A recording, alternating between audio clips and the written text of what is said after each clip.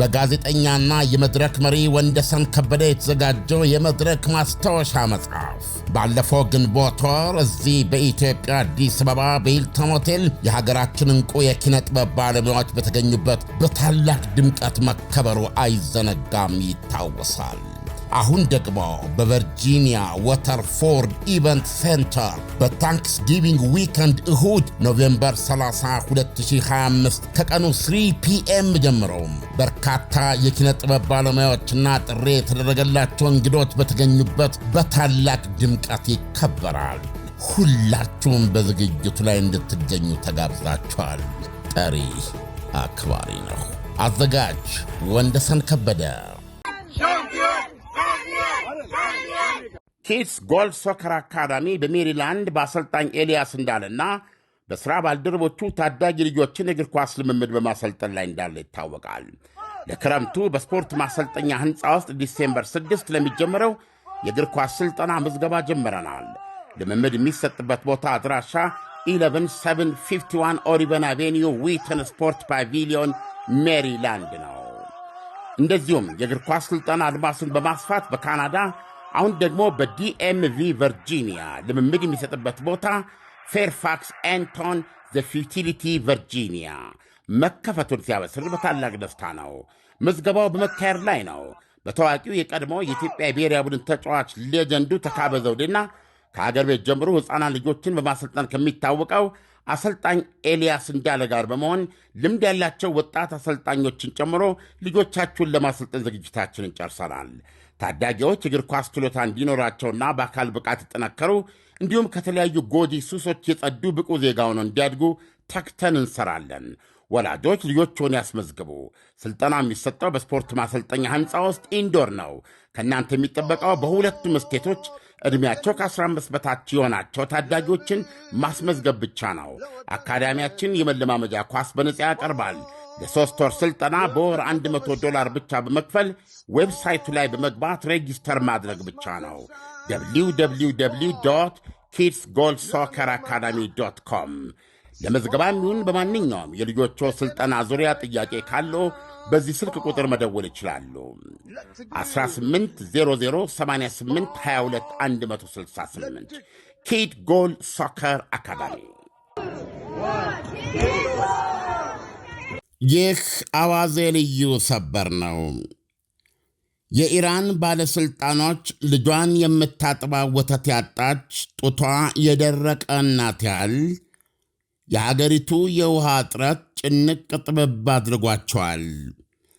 በተለይ የ10 ሚሊዮኖች ማደሪያ የሆነችው ርዕሰ ከተማ ቴህራን የከፋ የገፍ ውሃ ጥም ስጋት እንደ ክረምት ዳመና ከበላዋ ላይ ተንጠልጥሏል።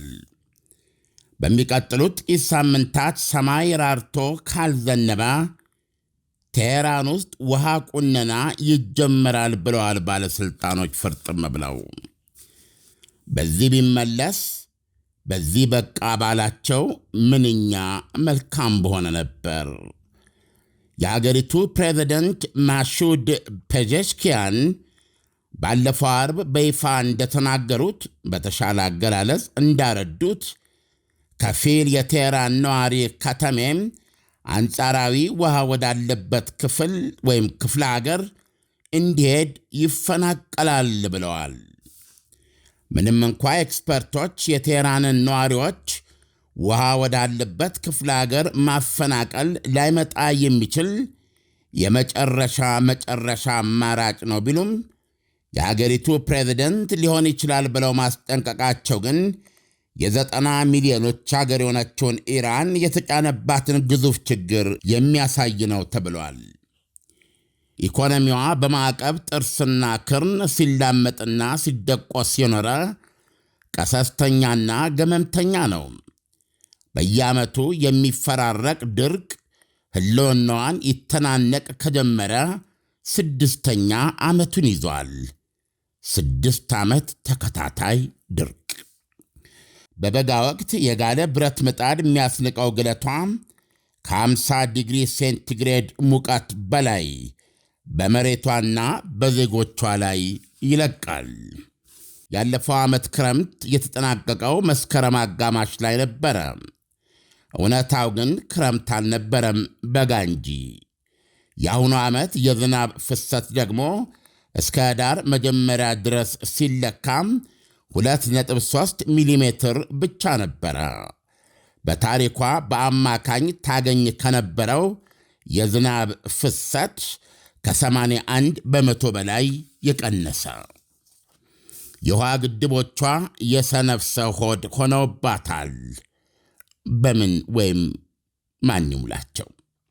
19 ዋና ዋና ግድቦቿ ላንቃቸው ደርቋል። ይይዙ ዘንድ ከታቀደላቸው አቅም ወይም ካፓሲቲ አሁን ይዘው የሚገኙት ብታምኑም ባታምኑም 5 በመቶ ብቻ ነው። 95 በመቶ ኦና። ሌሎች ግድቦችም እንደዚሁ ደርቀዋል። የቴሄራንን 10 ሚሊዮን ነዋሪዎች የሚያጠጡት 5 ዋና ዋና ግድቦች ላር፣ ላቲያን፣ ካራጅ፣ ታልቀንና ማምሉ ጢምጢቅ ይሉ የነበሩት ከአቅራቢያው ተራሮች ቁልቁል በሚፈስላቸው ውሃ ነበረ። አሁን ግን 90 በመቶ ያህል ቀንሷል።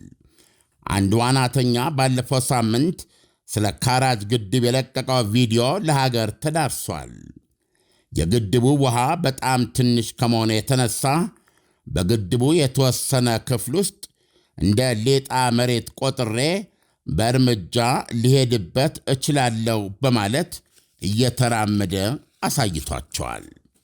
የኢራን ባለሥልጣኖች መላው ጠፍቷቸው ከሕዝቡ ጋር ሆነው ዐይናቸውን ወደ ሰማዩ አምላክ አንጋጠዋል።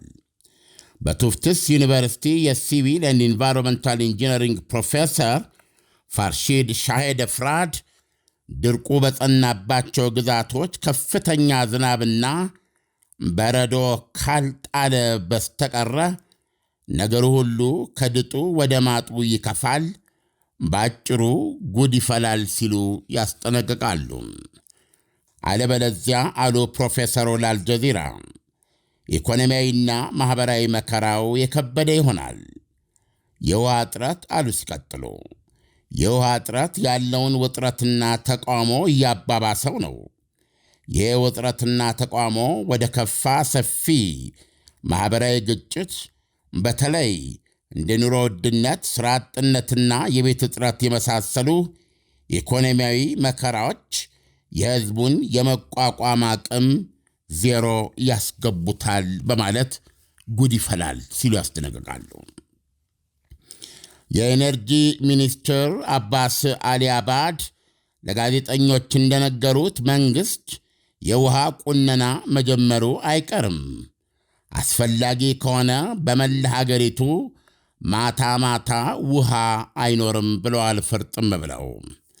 ቴሄራኒዎች እንደሚሉት መንግሥት በይፋ ሳይገልጽም ከወዲሁ ምሽት ምሽት የውሃ አለመኖር ችግር እየገጠማቸው ነው፣ በዛ በከፋ በበጋ ወቅትም ይላሉ።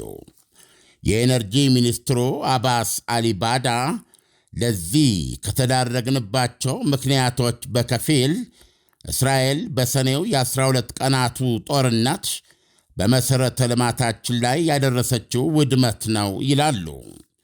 አያይዘውም በውሃ የሚንቦጫረቁ የከተሜ ተጠቃሚዎች ይቀጣሉ ሲሉ አስጠንቅቀዋል። ነዋሪዎች በየደጃፋቸው የውሃ ማጠራቀሚያ ገዝተው እንዲያኖሩ መክረዋል። ይሁንና አገሬው ባለሥልጣኖቹን ሰምቶም የእስከ ዛሬ የውሃ አጠቃቀሙን በ20 በመቶ ቢቀንስ እንኳ እምብዛም ለውጥ አያመጣም ነው የሚሉት ኤክስፐርቶች። ምክንያቱም ይላሉ በዚህ መልክ ግድቦቹን የሚሞላው የውሃ መጠን ውስጥ 90 በመቶ ወይም ከ90 በመቶ በላይ ለእርሻ የሚውል ነው። አገሬው ወይም ለዜጎች የሚውለው የውሃ መጠን 8 በመቶ ብቻ ነው።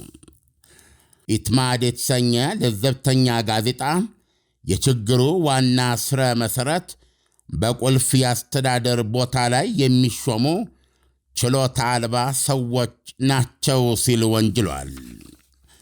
ለውጥ አራማጁ ዕለታዊ ሻራግ ጋዜጣ በበኩሉ ሲጽፍ ደግሞ የሀገሪቱ መልክዓ ከባቢ ኢንቫይሮንመንት ለፖለቲካ ሲባል መስዋዕት ተደርጓል ብለዋል።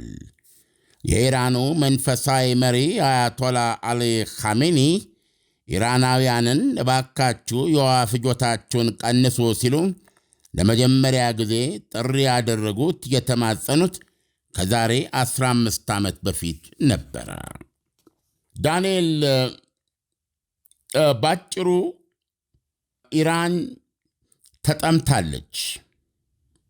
ኢራን ቃጠሎ ውስጥ ናት። ብዙ ነዋሪ 50 ዲግሪ ሴንቲግሬድ የሚለውን በበጋ ወቅት ማለት ነው ልብ ሊለው ሊቸገር ይችላል። ምናልባት በሀገራችን የሙቀት የቆላ የሀገራችን ቆላ አካባቢ የሚኖረው ማህበረሰብ ነው ለዚህ ግንዛቤ የሚኖረው። እንደኔና እንዳንተ የአዲስ አበባ ዘበናይ ለሆነ ሰው ግን 50 ዲግሪ ሴንቲግሬድ በእውነት ሊታወቀን አይችልም።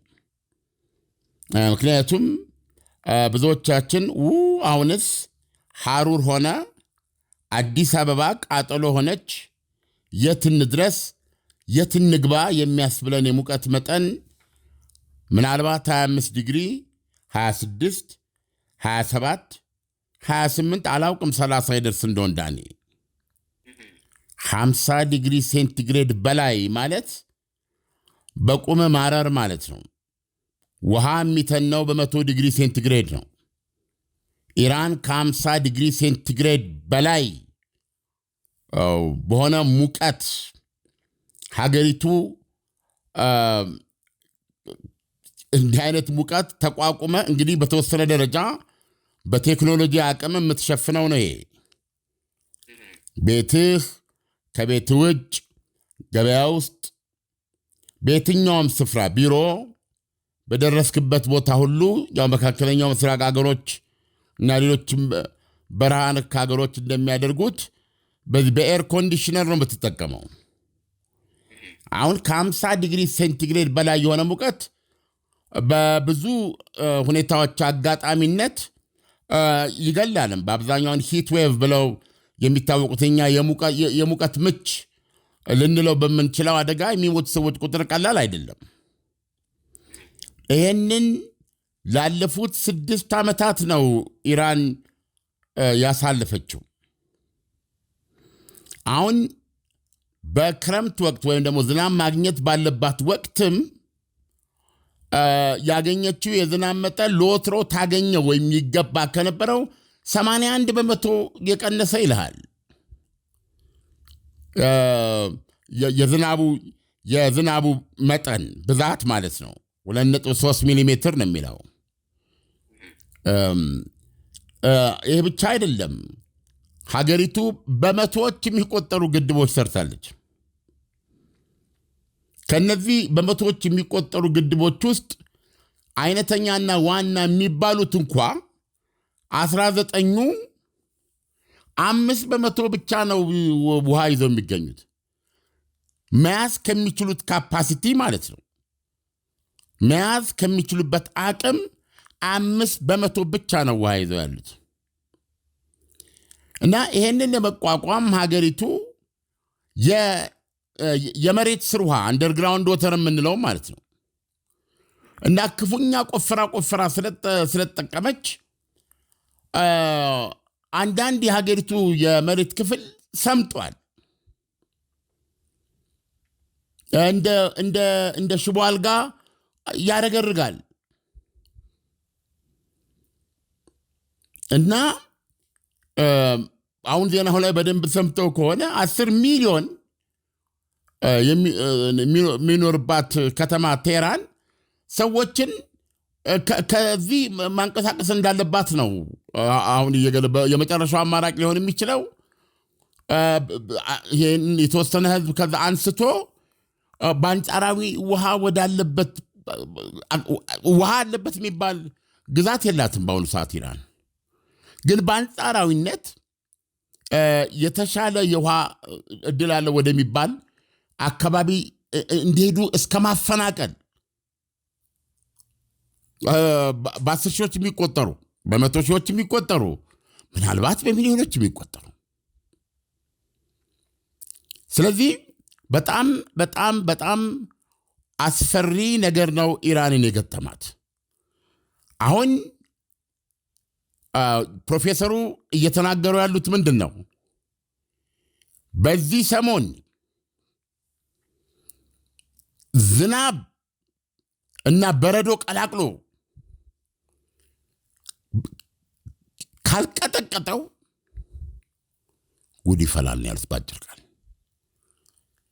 እና የማናቸውም አይን ከተራው ኢራናዊ እስከ ፕሮፌሰሩ እስከ ጦር ጄኔራሉ እስከ መንፈሳዊ መሪው ድረስ የኢራናውያን አይን ሰማይ ላይ ነው።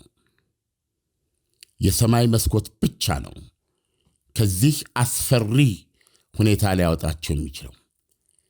ስለ እውነት ይሄም እውነት ይሆናል ብዬ ተስፋ አደርጋለሁ። ዳንኤል ኢራን ውስጥ ይዘንባል ብዬ ማመን እፈልጋለሁ። ዓለም ኢራን ውስጥ ውሃ በዚህ ልክ ሊጠፋበት የቻለበት ምክንያት በዋነኝነት ምንድን ነው? እንደገና ደግሞ የኢራን የውሃ ሶርስስ ምንድን ነው? ያው እንደ ሁላችንም ዝናብ ነው እና ድርቅ አጋጥሟቸዋል። በተከታታይ 6 ዓመት ድርቅ ይከሰታል አይደለም? ድርቅ ማለት በዝናብ ወቅት በክረምት መዝነብ አለበት አይደል? በክረምት ካልዘነበ እንግዲህ ክረምት አለ፣ ወቅቶች አሉ። ጸደይም በለው መኸርም በለው በሆነ መንገድ የዝናብ ወቅት አላቸው። አሁን ለምሳሌ በእኛ ታሪክ ብንመለከት በእኛ ሀገር ታሪክ በጋ ነው ብለህ ዝናብ ጠብ ሳይል የሚያልፍበት በጋም የለም። ስለዚህ ዋናው ፕራይመሪ የውሃ ምንጫቸው የነሱ እንደኛው ዝናብ ነው። እንግዲህ ምናልባት አላውቅም፣ ኢራን የውሃ ዳር አገርም ናት እና የጨው ምንድነው የባህር ፋርስ ባህረ ሰላጤ ያንን ውሃ ጨውን እያጣሩ በተለይ ይሄ ቴክኖሎጂ እስራኤል ነች ያሞናሞነችው በከፍተኛ ደረጃ ለብዙ ዓለማት ምሳሌ የሆነችበት ነው እስራኤል። እና የባህሩን ውሃ ከጨውን እያጣራች ውሃ አንድ ወንዝ ነው ያላት እስራኤል እና ከ10 ሚሊዮን በላይ ህዝብ አጠጥታ አልብሳ እርሻዋን አልምታ የምትኖርበት ውሃ እሱ ነው። ስለዚህ ምናልባት ኢራን እንግዲህ የፋርስ ባህረ ሰላጤና ሌሎች ውሃዎች አሏት እና ያንን ውሃ ይሄ ዲሳሊኔሽን በሚባል ከጨው በጣም ውድ ቴክኖሎጂ ነው። ዞሮ ግን የግድ ያስፈልጋል። በሱ መንገድ ይሄ ዜና በአጋጣሚ አልጠቀሰም፣ ምናልባት ልናየው እንችላለን። ከዛ ውጭ ግን ኢራን የ90 ሚሊዮን በላይ ህዝብ ነው ያላት። ትልቅ ሀገር ናት ኢራን፣ መሬቷም ሰፊ ነው እና ዋናው ለማንኛውም ሀገር ዋናውና ትልቁ የዝናብ ምንጭ ስለ እውነት የእግዚአብሔር ዝናብ ነው እና ለተከታታይ 6 ዓመታት ኢራን ድርቅ ውስጥ ናት። ይገርማል። ስለዚህ አሁን ያለችበት ሁኔታ እነዚህ ቅድም የሰማቸውን የቴህራንን ነዋሪዎች ከክፍለ ከተማቸው አፈናቅለ ወደ ሌላ ቦታ ህዝብ እስከ ማስፈር የሚያደርስ ትልቅ ማህበራዊ ቀውስና ትርምስ ውስጥ ሳይገቡ የተዘጋጁ በመቶዎች የሚቆጠሩ ግድቦች አሏቸው እና ወንዛቸው ስለ እውነት ውሃ ከሰማይ እየጠበቁ ነው ያሉት። ቤዚካሊ ዜናው የሚለው ይሄንን ነው። በቃ ኢራኖች ውሃ ከሰማይ እየጠበቁ ነው። እንደዚያ ይሄ ነገር ካልመጣ ግን ከውሃው እጥረት ጋር ተያይዞ የሀገሪቱ ኑሮ ውድነት፣ ኢኮኖሚው ቅድም እንደሰማኸው በማዕቀብ ጥርስ ሲላመጥና በሲደቆስ ያለ ኢኮኖሚ ነው። ስለዚህ እንደዚህ ሁሉ ወደ ማህበራዊ ግጭቶች ሊያመሩ ይችላሉ ነው ያለው ስጋት እና ህዝቡም ኑሮን የመቋቋም አቅሙን ሊያጣ ይችላል ቶታሊ የሚል ፍራቻ ነው ፕሮፌሰሩ እየገለጹ ያሉት። ባጭሩ ጉድ ይፈላል ነው ያሉት። እና ይሄ በእውነት ነው የምነግርህ፣ እንዲህ አይነት ነገር ሲፈጠር ያስጨንቅሃል። እኛውም በሀገራችን እንዲህ አይነት ነገር ሲፈጠር ያው እግዚአብሔርን ነው የምትለምነው አይደለም፣ ሱባኤ ነው የምትገባው። ከዛ በኋላ ግን የሚመጣውን ውሃ በአግባቡ መያዝ፣ እንዳይባክን የዘነበውንም በባሊም ቢሆን አቁሮ ለራስ ጥቅም መዋል፣ የውሃ ፍጆታን በአግባቡ መጠቀም፣ ለሚያስፈልግ ነገር መጠጣት። አዎ ማጠብ መታጠብ አለብህ፣ ግን እንዳይባክን ውሃ በመጠንቀቅ ኢራኖች ይህን ችግር ይወጡታል። የዝናቡን እድል ቢያገኙ ብዙ ግድቦችም ገንብተዋል ይላል። በመቶዎች የሚቆጠሩ ግድቦች አሏቸው ይላል።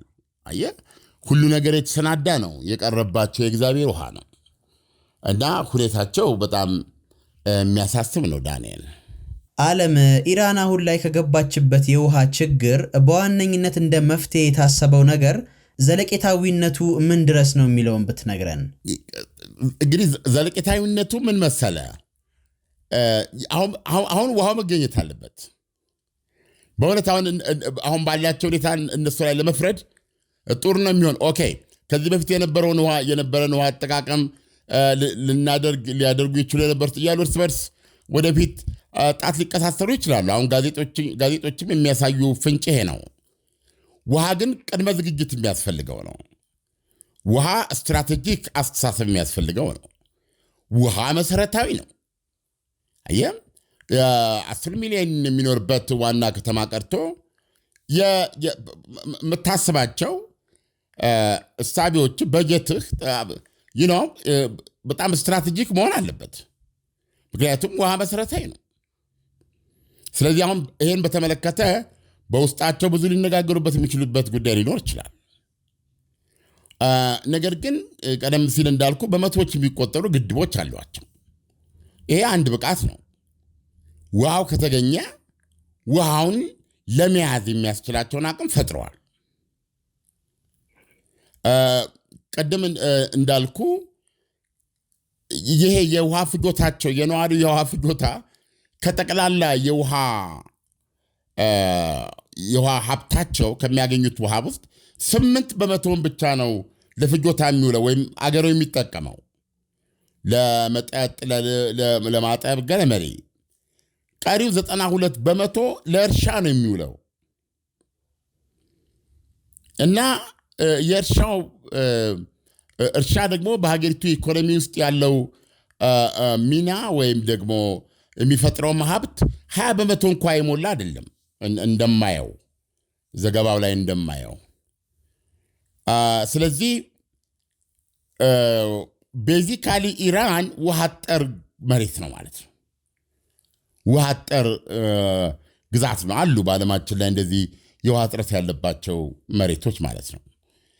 ስለዚህ አሁን ምን ማድረግ አለባቸው? ቅድም ያልኩህ የባህር ውሃን መጠቀም፣ የባህር ውሃን ጨውን አጽድተው፣ ምክንያቱም ሊቶራል የሆነ የባህር ዳርቻ ያላቸው ሀገሮች ናቸውና፣ ስለዚህ ይሄ ትልቅ የሚሰጣቸው አድቫንቴጅ ነው። ይቺ መናጢዋና ጸረ ኢትዮጵያ የሆነችዋ ግብፅ ለምሳሌ የዚህ ቴክኖሎጂ ተጠቃሚ ናት። ከሜዲትራኒያን እና ከእንግዲህ አይደሉ ከቀይ ባህር ዋቴቨር ውሃ እያጣራች መጠቀም ትችላለች። ነገር ግን ከፍተኛ በር የሚያስወጣ ነው። ስለዚህ ነው ኢትዮጵያን በዚህም ሆነ በዛ ምክንያት አጥፍታ እና በትንንሽ ሀገሮች አድርጋ ማለት ነው ማንም ሁሉም በሷ እሺ ብሎ ታዞ ተፎካክሮ ተወዳድሮ የሚኖር አናሳና ኮሳሳ አድርጋ በመበታተን የናይል ውሃ ባለቤት ለመሆን ነው። አባይን ለመቆጣጠር ነው። 85% የናይልን ውሃ የሚመነጨው ከኢትዮጵያ ነው። አባይ ማለት ነው።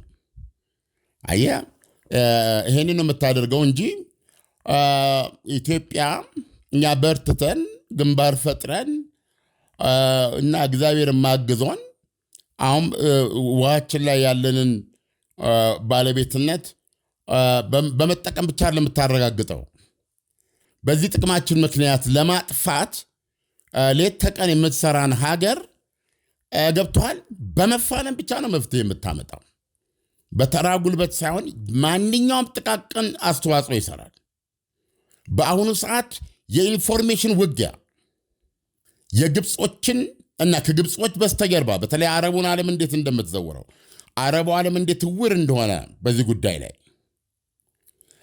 ጉዳይ ላይ ብዙዎቹ የእሷ ተባባሪ በመሆን ገብቷል። በታሪክም በማህበረሰብ እውነትም በሰብአዊነትም ፍጹም ጸያፍ እንደሆኑ ሊያጋልጣቸው በሚችል መልኩ መታገል ይችላል። እያንዳንዱ ዜጋ ድምፅህን በማሰማት ዛሬ ልብ አድርግ፣ በዚህ በማህበራዊ ሚዲያ ዓለም ውስጥ 10 ሚሊዮንና 20 ሚሊዮን ተከታይ ያላቸው ማህበራዊ ድምፆች አሉ። እነዚህ ድምፆች ብዙ ነገር እየሰሩ ነው፣ እያየ ነው።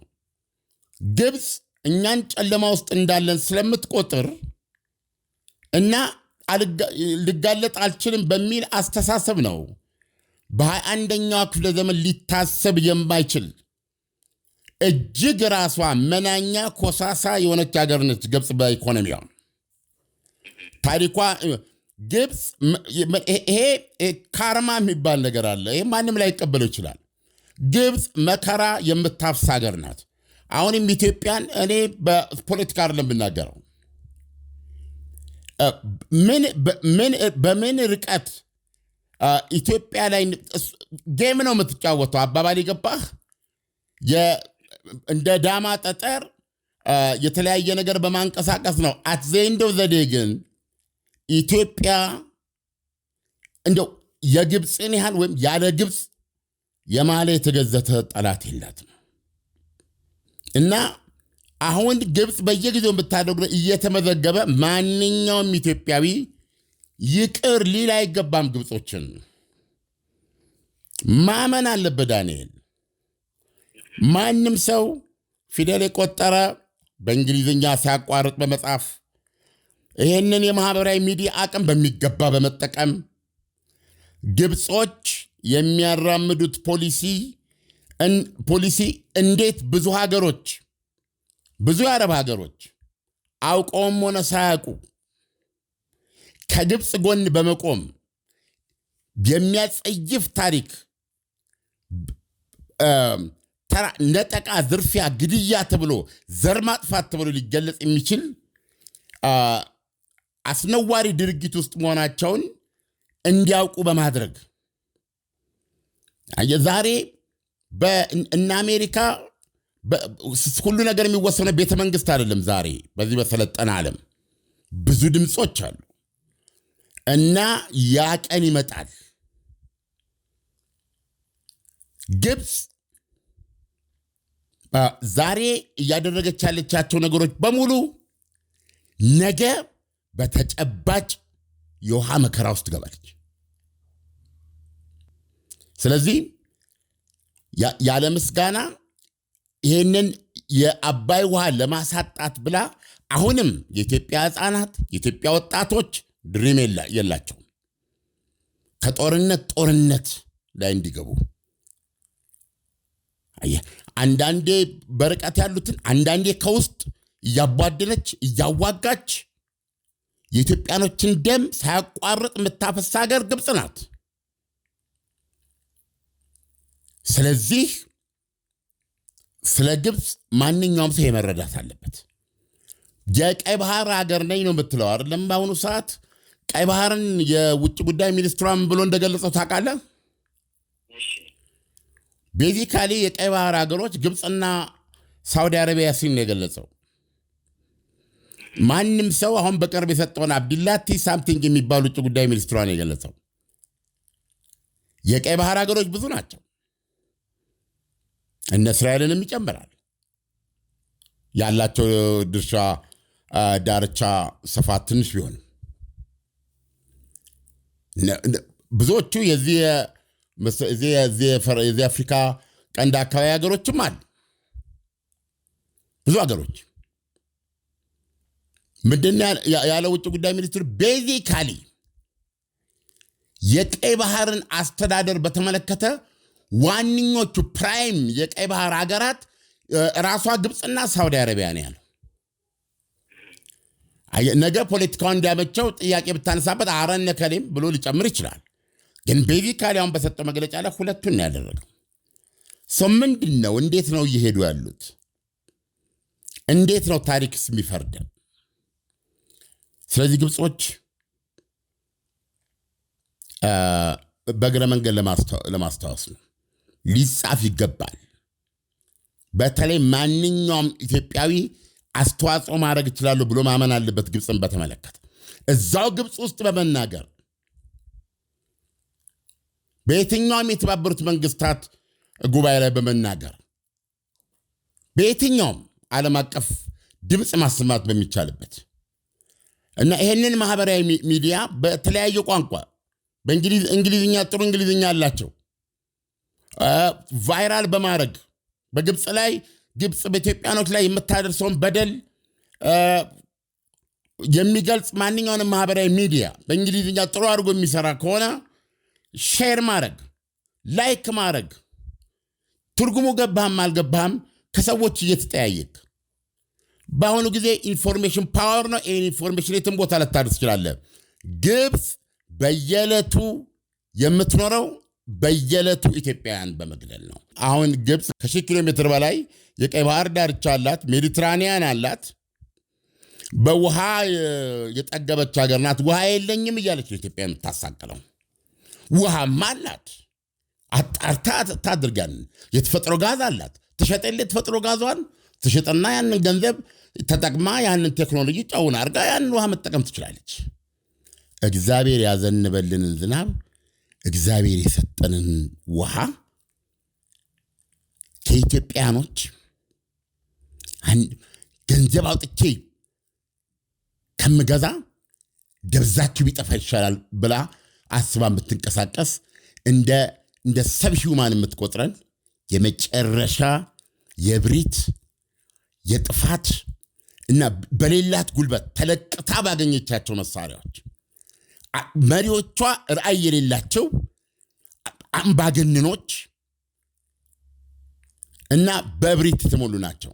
በየቀኑ ዜናቸው ኢትዮጵያ ላይ በመደንፋት ነው የሚታወቁት እና በጣም እርግጠኛ ነን ግብጾች ዋጋ ይከፍላሉ። ለኢራኖች ግን ሰማያቸው ተከፍቶ ውሃ እንዲያገኙ እንጸልያለን። ለትንታኔው በጣም አመሰግናለሁ። መልካም አዳር ይሁንልህ ዓለም። መልካም አዳር። በጋዜጠኛና የመድረክ መሪ ወንደሰን ከበደ የተዘጋጀው የመድረክ ማስታወሻ መጽሐፍ ባለፈው ግንቦት ወር እዚህ በኢትዮጵያ አዲስ አበባ በሂልተን ሆቴል የሀገራችን እንቁ የኪነ ጥበብ ባለሙያዎች በተገኙበት በታላቅ ድምቀት መከበሩ አይዘነጋም፣ ይታወሳል። አሁን ደግሞ በቨርጂኒያ ወተርፎርድ ኢቨንት ሴንተር በታንክስ ጊቪንግ ዊከንድ እሁድ ኖቬምበር 30 2025 ከቀኑ 3 ፒኤም ጀምሮ በርካታ የኪነ ጥበብ ባለሙያዎችና ጥሪ የተደረገላቸው እንግዶች በተገኙበት በታላቅ ድምቀት ይከበራል። ሁላችሁም በዝግጅቱ ላይ እንድትገኙ ተጋብዛችኋል።